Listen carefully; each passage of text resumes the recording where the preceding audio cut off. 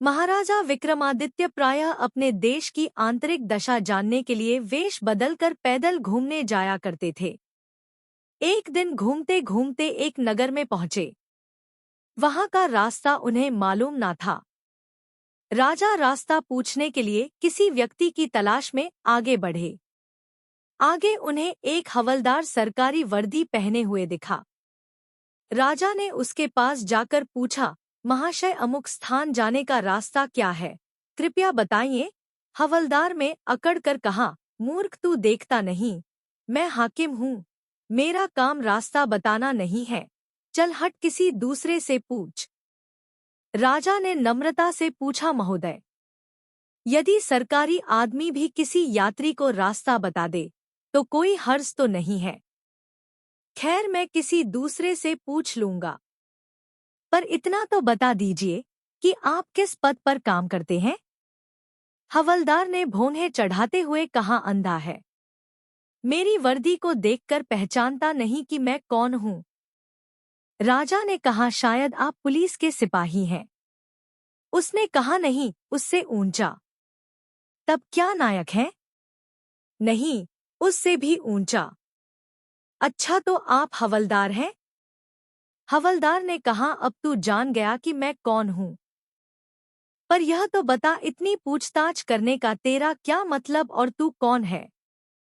राजा ने कहा, मैं भी सरकारी आदमी हूँ। सिपाही की ऐंठ कुछ कम हुई। उसने पूछा, क्या तुम नायक हो? राजा ने कहा, नहीं, उससे ऊंचा। तब क्या आप हवलदार हैं? नहीं, उससे भी ऊंचा। तो क्या दरोगा है? उससे भी ऊंचा। हवालदार ने कहा, तो क्या आप कप्तान हैं?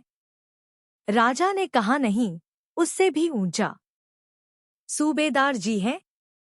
नहीं, उससे भी ऊंचा। अब तो हवलदार घबराने लगा। उसने पूछा, तब आप मंत्री जी हैं? राजा ने कहा, भाई, बस एक सीढ़ी और बाकी रह गई है।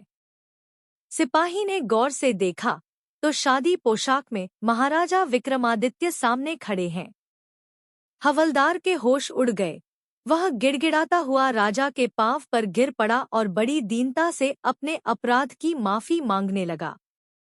राजा ने कहा, माफी मांगने की कोई बात नहीं है, मैं जानता हूं कि जो जितने नीचे है वह उतने ही अकड़ते हैं। जब तुम बड़े बनोगे तो मेरी तरह तुम भी नम्रता का बर्ताव सीखोगे।